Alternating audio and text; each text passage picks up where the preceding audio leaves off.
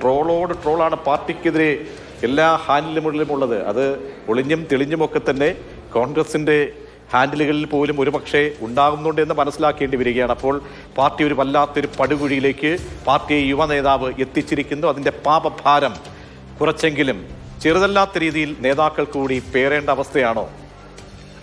പ്രതീക്ഷ, അതിന് കാരണം കോൺഗ്രസ് ഒരു പ്രതിസന്ധിയിലാണ്. കാരണം രാഷ്ട്രീയ എതിരാളിയായ CPM-നെതിരെ ഈ കത്ത് വിവാദം പോലെ ഗൗരവതരമായ ഒരു വിഷയം കോൺഗ്രസ് കൈകാര്യം ചെയ്യാൻ മുന്നിലെത്തി നിൽക്കുന്ന അവസരത്തിൽ പാർട്ടിക്കുള്ളിൽ നേതാവിനെതിരായ ആക്ഷേപം, ആരോപണം, അതിനെ നേരിടേണ്ട ഒരു പ്രതിസന്ധി. അപ്പോൾ രണ്ടും ഒരു വശത്ത് കൂടി നേരിടേണ്ട പ്രതിസന്ധിയിലാണ് നേതൃത്വം.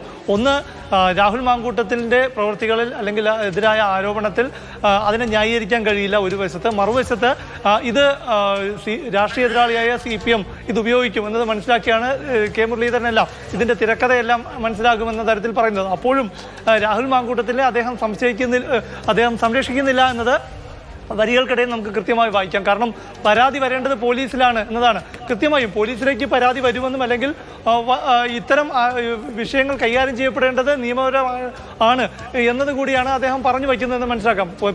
പിന്നെ രാഹുൽ മാങ്കൂട്ടത്തിൻ്റെ കാര്യം എടുക്കുമ്പോൾ പത്മജ വേണുഗോപാലിനാണെങ്കിലും കെ മുരളീധരനാണെങ്കിലും ഒരു അസ്വാരസ്യം, ഒരു അതൃപ്തി ഉണ്ട് ഉള്ളിൽ. അത് കെ മുരളീധരനെല്ലാം പരസ്യമായി പറയുന്നില്ല എന്ന് മാത്രമായിരിക്കാം. ഒന്ന്, ഈ പത്മജ വേണുഗോപാലുമായി ബന്ധപ്പെട്ട ഈ അവരുടെ കെ കരുണാകരൻ അല്ലെങ്കിൽ അമ്മയെ അവഹേളിച്ചു എന്ന തരത്തിലുള്ള വിഷയങ്ങളെല്ലാം ഉണ്ടായപ്പോൾ അത് വലിയ തോതിൽ അസ്വാരസ്യം ഉണ്ടാക്കിയതാണ്.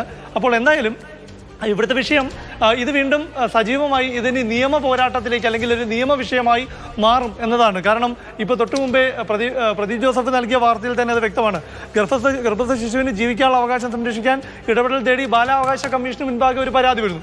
അപ്പോൾ ഇനി ഈ രാഹുൽ മാങ്കൂട്ടത്തിൽ അവഹേളിച്ചു അല്ലെങ്കിൽ രാഹുൽ മാങ്കൂട്ടത്തിൻ്റെ ഇരയായ ആളുകൾ, പെൺകുട്ടികൾ, അവർ ഇതുപോലെ പല പരാതികളുമായി രംഗത്ത് വരാം. ഇന്ന് രാവിലെയെല്ലാം പരക്കെ വ്യാപകമായും ചില കേന്ദ്രങ്ങളിൽ നിന്ന് വിവരങ്ങൾ വരുന്നുണ്ട്. ചിലർ പരാതിയുമായി സോഷ്യൽ മീഡിയയിലെല്ലാം പരാതികൾ പോസ്റ്റ് ചെയ്യാനുള്ള സാധ്യതയുണ്ട് എന്നതെല്ലാം ചില വിവരങ്ങൾ വരുന്നുണ്ട്. എന്തായാലും പലരും ഇനി പ്രത്യക്ഷത്തിൽ തന്നെ രംഗത്ത് വരും.